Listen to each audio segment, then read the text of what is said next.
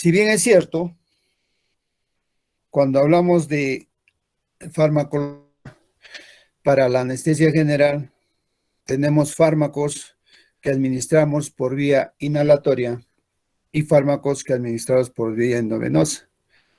Ya cuando parte a la parte de anestesia, combinamos lo inhalatorio y lo endovenoso. Por lo tanto, es una anestesia general mixta, combinada, como lo pueden llamar. Pero en esta oportunidad vamos a hablar sobre los fármacos que actúan a este nivel. Entonces hemos dicho que son procedimientos que se puede hacer con la anestesia general. La anestesia inhalatoria, generalmente por gases anestésicos. Aquí vemos lo que es el óxido nitroso, el xenón, y vapores anestésicos, el éter, ¿no? Que se utilizaba, y ese era uno de los fármacos que cuando se empezó ¿no? la utilización de estos fármacos para anestesia general, es el único que nos puede dar con certeza los periodos que pasa cuando se utiliza un anestésico general inhalatorio. El cloroformo, la lotana, el isoflorano, el enflorano, el desflorano, ¿no? Y actualmente lo que se está utilizando en este momento es el sevoflorano.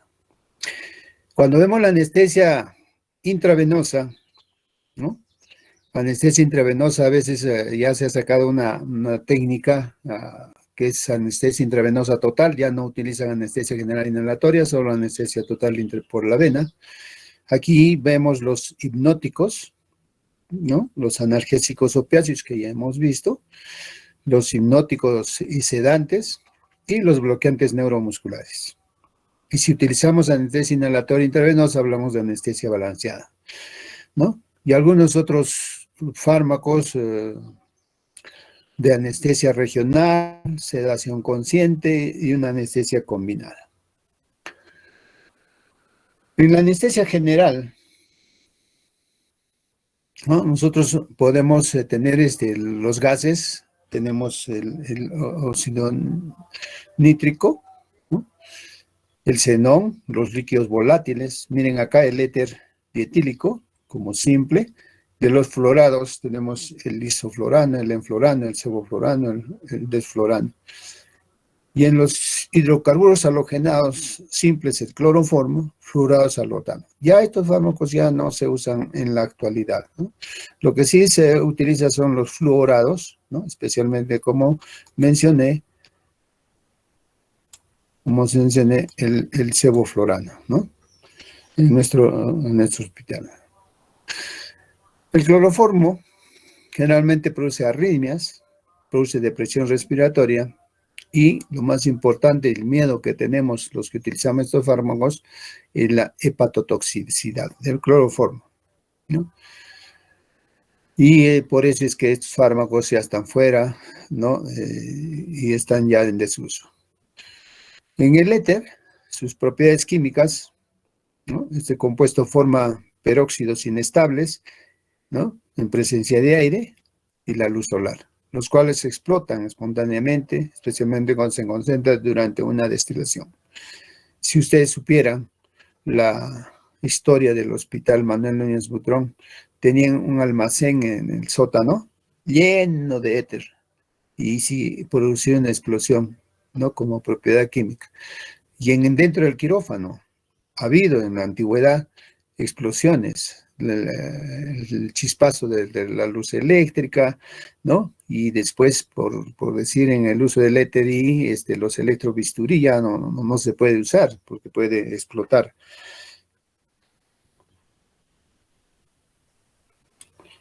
En la anestesia general inhalatoria, ¿no? Nosotros podemos entender que hay un flujo de gas fresco y esto lo tenemos que ajustar en el vaporizador acá, donde está el fármaco. Tenemos solo la concentración inspiratoria de gas o concentración de anestésico en el circuito, ¿no? Que esto va a terminar, ¿no? La tasa de filtración, ¿no? El volumen del circuito la concentración de gas alveolar, ¿no? Entonces, la concentración de gas alveolar, ventilación, extracción, ¿no? Vamos a ver también la concentración arterial de gas, ¿no? Ventilación y perfusión. Entonces, los anestésicos inhalados deben de pasar por múltiples barreras, como ven acá, ¿no? Desde el aire que ingresa, el oxígeno que entra al vaporizador se mezcla, ¿no? A nivel de la circulación, ¿no? A nivel respiratorio y a nivel cerebral. Es lo que llamamos nosotros la farmacocinética. Entonces, tiene que haber un equilibrio, ¿no? Y este equilibrio se iguala a las concentraciones inspiratorias alveolo, sangre, cerebro, ¿no? Como dijimos en la farmacocinética, ¿no? La captación del fármaco o absorción del fármaco es la transferencia del anestésico desde el vaporizador hacia los alvéolos y los capilares pulmonares. La distribución, ¿no? A través de la sangre, tiene que llegar al cerebro. El metabolismo del fármaco,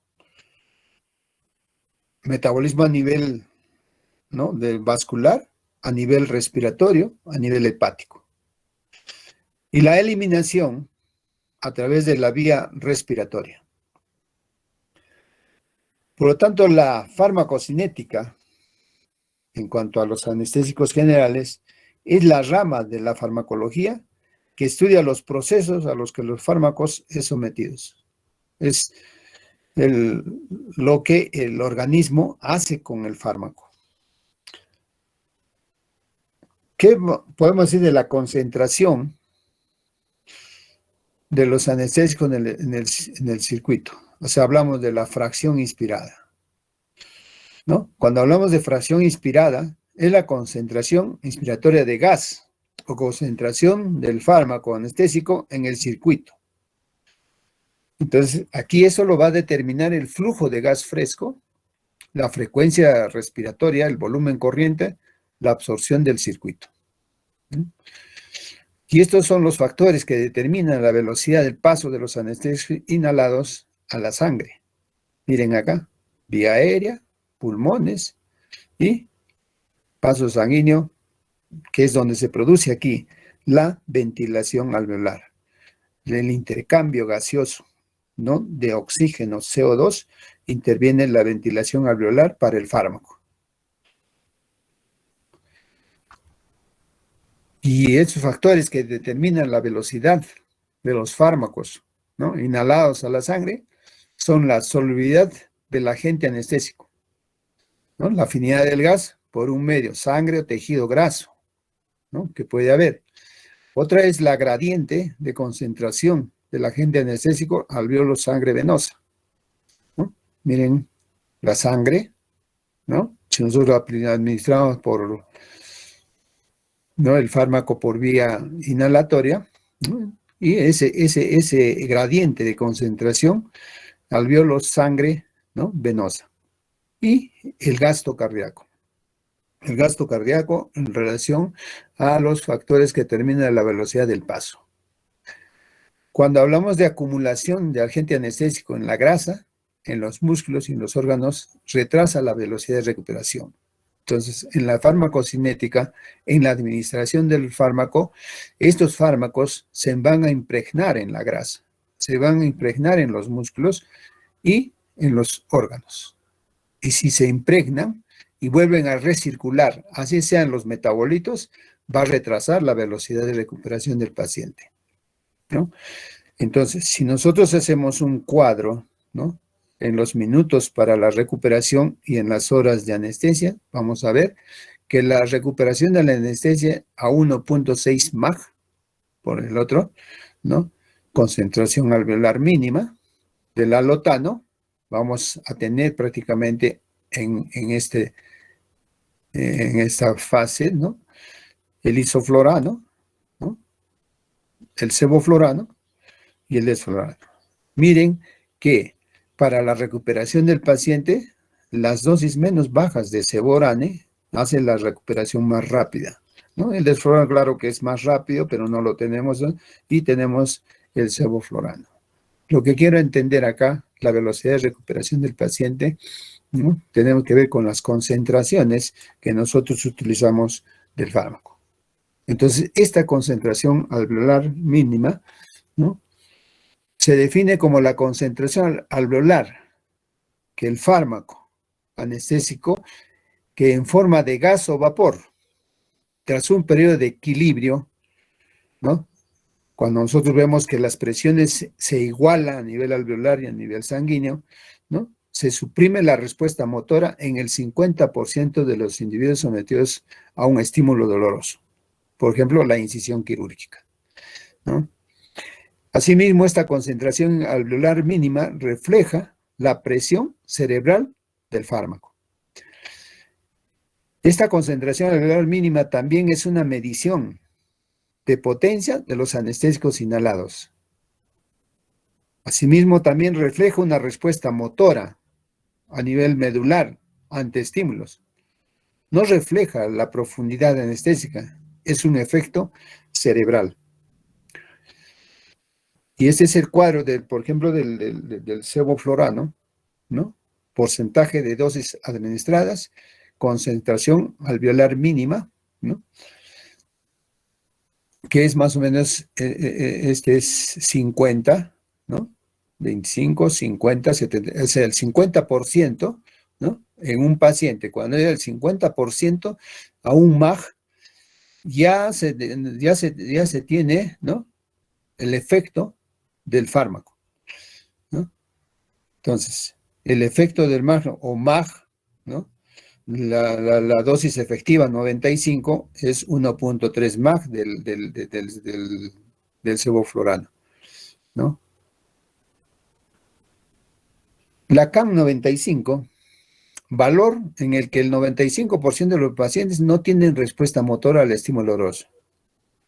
Como el cuadro lo ven, va a corresponder a 1.3 de la concentración. Estos vienen valorados ya en el vaporizador, ¿no? ¿A qué concentración yo le doy? A 1.3. Ya la respuesta motora al estímulo doloroso, ¿no? En el 95% ya se va a dar. ¿Cuál es la concentración alveolar mínima para despertar? Valor en que el 50% de los pacientes, o sea, en la curva de dosis efectiva, abren los ojos ante una orden. Corresponde al 0,5 MAG que está dentro de su organismo. Al CAM-BAR, ¿no? La respuesta del bloqueo adrenérgico, valor en que se suprime la reacción simpático-mimética, ¿no? Adrenérgicos, adrenalina, noradrenalina, endógena de la incisión que corresponde a 1.5 max. Y la anestesia profunda se consigue a 2 MAG, 2% de la concentración alveolar mínima. Podemos clasificar, como hemos dicho, los anestésicos inhalados como anestésicos generales inhalatorios gases, el óxido nitroso, ¿no? Líquidos, el isoflurano, el sevoflurano, el desflurano.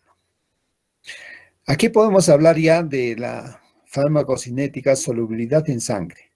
El isoflurano es mayor que el sevoflurano y este es mayor que el desflurano, ¿no? La liposolubilidad, el isoflurano es mayor que el sevoflurano y mayor que el desflurano.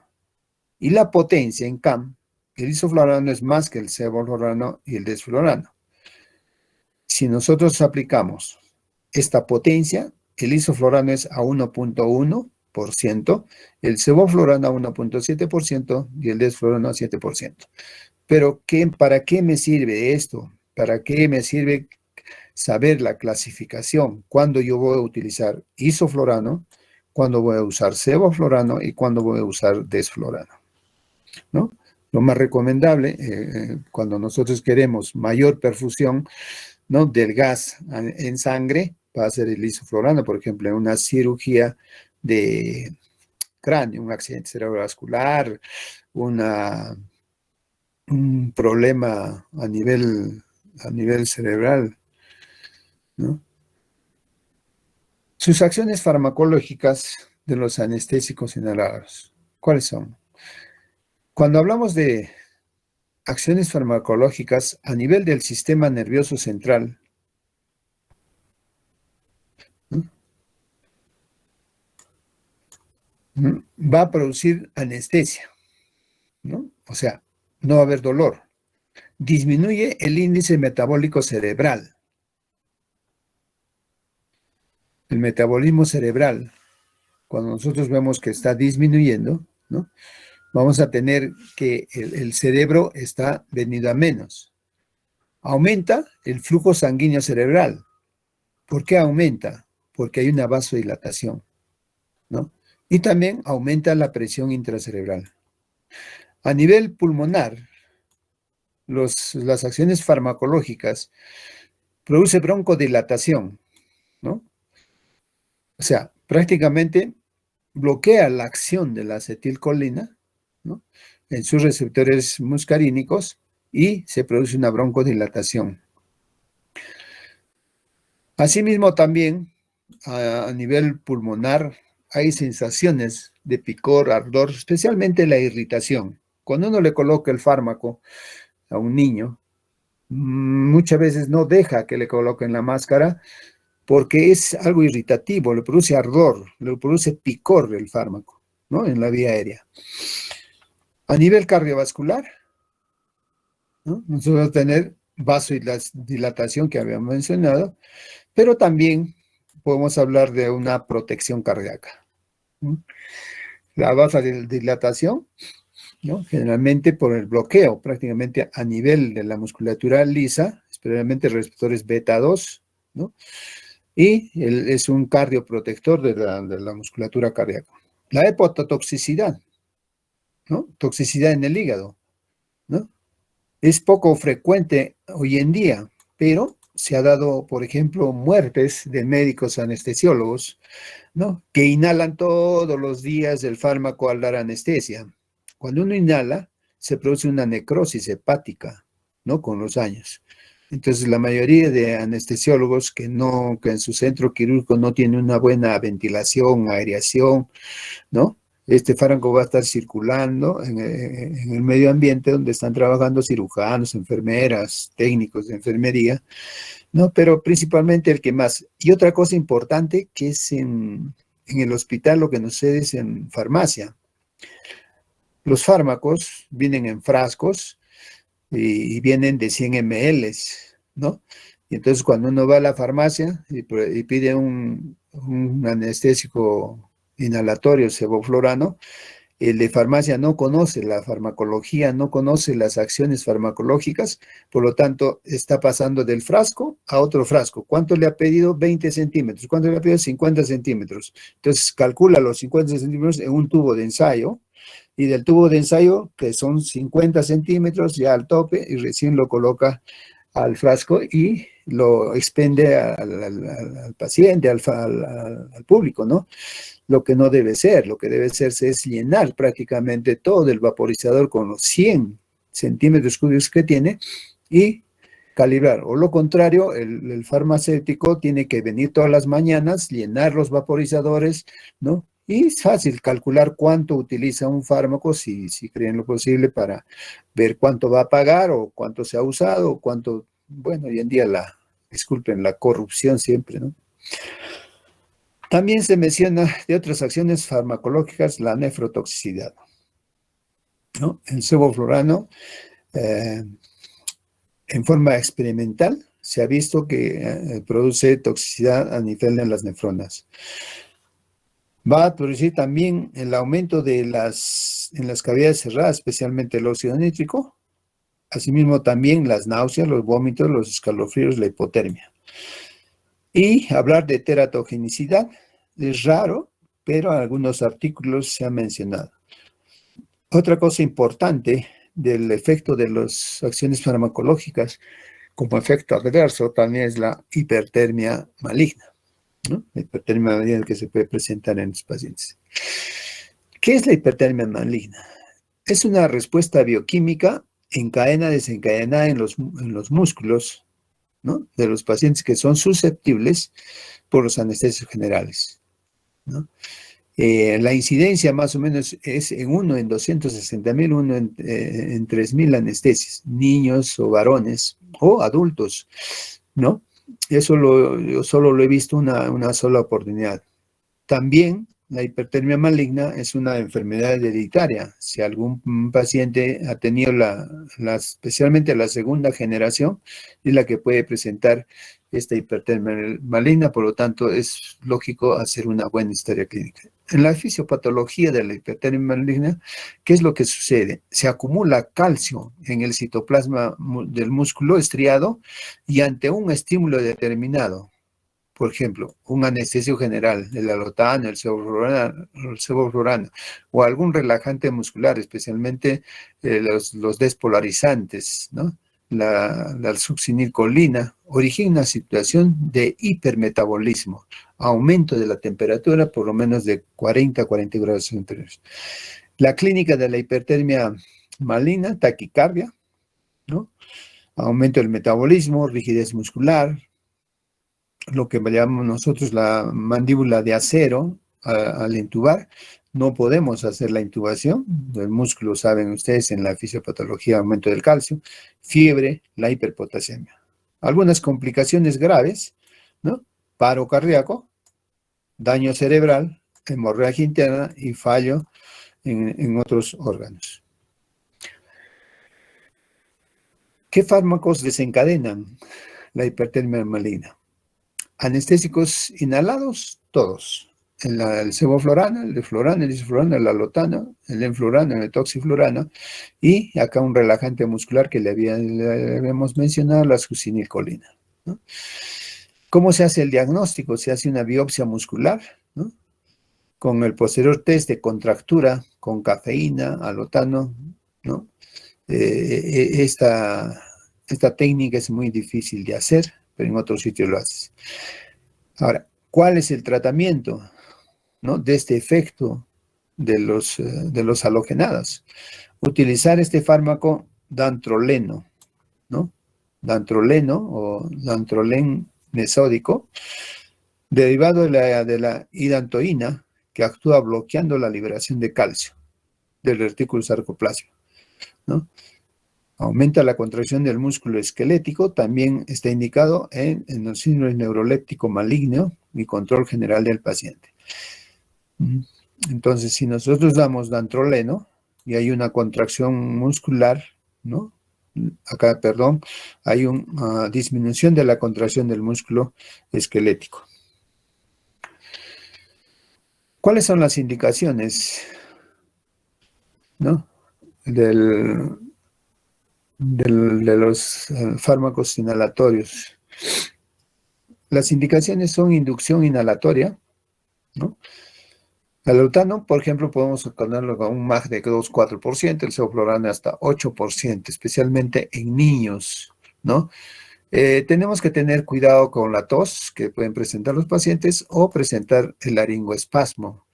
Si bien es cierto que el alotano, ¿no?, en el laringoespasmo que provoca profundizar la anestesia con alotano o desflurano, prácticamente borramos el laringoespasmo. ¿Cuáles los anestésicos, las indicaciones de mantenimiento durante el uso de estos fármacos, ¿no? O sea, si yo hago la inducción con sevoflurano, inducir es llevar al paciente desde que está despierto en un estado de vigilia hasta que se duerme, ¿no? Y después de dormido se produce el mantenimiento durante toda la cirugía. El isoflurano, que puede ser a 0,5 a 1,2%, que empezamos nosotros con 3% de inducción y el mantenimiento con 0,5 a 1,2%. El sevoflurano, ¿no?, de 0,6 a 1,7%. Fíjense que acá se utiliza en la inducción hasta 8%. Aquí ya empezamos a bajar en el mantenimiento. Y el desflurano de 3 a 7%, ¿no? ¿Qué es lo que logramos, ¿no? Potencia de los relajantes musculares, ¿no? Ahora, si yo estoy con anestesia general y estoy dando relajantes musculares, va a potenciarlos. ¿Por qué? Porque también los anestesios generales ocupan o bloquean los receptores ionotrópicos de sodio, potasio, cloro, ¿no? Y también se va a potenciar los opioides porque también tienen receptores GABAérgicos, ¿no? Y receptores nociceptivos, por lo tanto se potencia el receptor sumatoria en farmacocinética. Ya habían visto ustedes o ya han visto cómo es la potencia de los fármacos, ¿no? En cuanto al sinergismo. Tenemos que tener mucho cuidado en las indicaciones de estatus asmáticos y epiléptico por estas complicaciones o estos efectos adversos que pueda tener. Endólico colon, no usar el óxido nitroso. Aquí ustedes ven una historia clínica anestésica de los usos de los fármacos. No voy a entrar en mucho detalle, lo vamos a ver ya cuando estemos haciendo el curso de anestesia. Vamos a pasar a los anestésicos endovenosos. Los anestésicos endovenosos, ¿no? ¿Cuáles son las variables farmacocinéticas de estos anestésicos introducidos de uso frecuente? La dexmedetomidina, ¿no? Tiene una semivida de 2-3, y el aclaramiento 10-30, ¿no? Y la velocidad de 2-3. Pero vayámonos al fármaco del tiopental. La introducción del tiopental en la práctica clínica en 1934 supuso el comienzo de la era, ¿no? De anestesia intravenosa. Una anestesia intravenosa moderna, ¿no? Hoy en día, los anestésicos intravenosos forman parte de la inducción y el mantenimiento de la anestesia, la sedación en un abanico amplio de situaciones, ¿no? Hoy en día, el más usado es el propofol, ¿no? El propofol es un alquilfenol, ¿no? Formulando por una emulsión lipídica.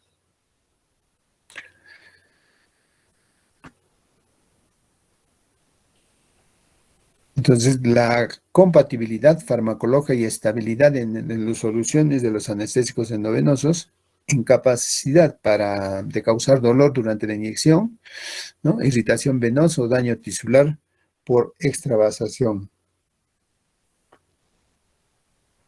La potencia, ¿no? Para liberar la histamina o desencadenar las reacciones de hipersensibilidad. La inicio de acción rápido y uniforme sin actividad excitatoria. Tiene que ser rápido su metabolismo hasta generar metabolitos sin actividad farmacológica, ¿no? Que es difícil. La relación entre la dosis y respuesta que aumentaría la facilidad para titular el fármaco y minimizar las acumulaciones. Ausencia de depresión cardiovascular y depresión respiratoria, ¿no? Reducción del metabolismo cerebral, flujo sanguíneo y presión intracraneal. En anestésicos endovenosos, el retorno rápido a la conciencia y habilidades cognitivas, que es lo que se logra muchas veces con estos anestésicos. Y también las ausencias de náuseas, vómitos posoperatorios, amnesia, reacciones psicomiméticas, mareos, cefaleos, sedación prolongada, ¿no? Comportamiento de los anestésicos endovenosos. Esto va a depender de sus características farmacocinéticas y farmacodinâmicas. Va a depender del volumen de distribución, mayor para los más solubles, menor para los menos liposolubles y altamente peligrosos los ligados a proteínas. Ejemplos tenemos el propofol, el tiopental, ¿no? Lo que vamos a ver que es la activación, ¿no? O inhibición del receptor GABA, ¿no? Vamos a tener 3 sitios de recaptación del GABA, lo que es el GABA transaminasa y el receptor GABA. Van a actuar en diferentes subunidades. Tenemos los barbitúricos, ¿no?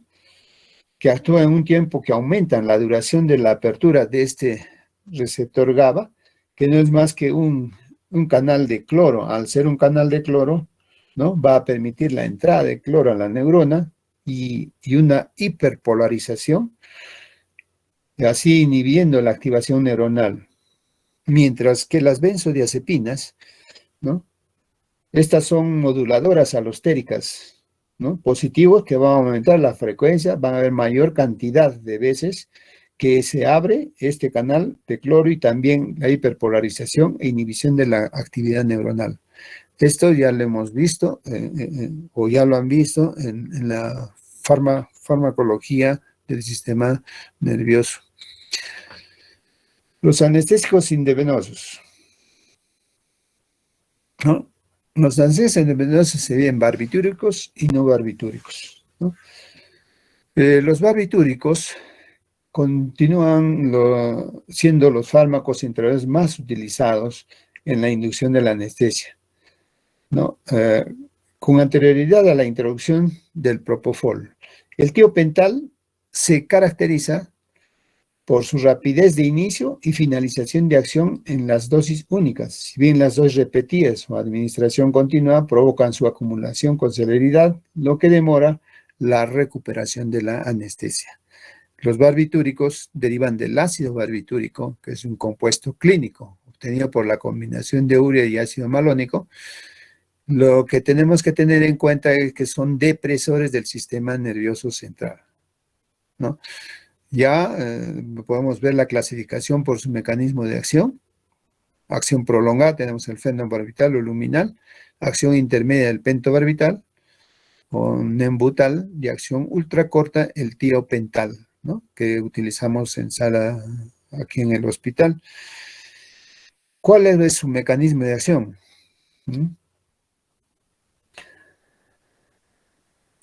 Actúan dependiendo del sistema reticular activador, afectando sobre todo la función de la sinapsis nerviosa en contraposición a los axones. Actúa a nivel del GABA, principalmente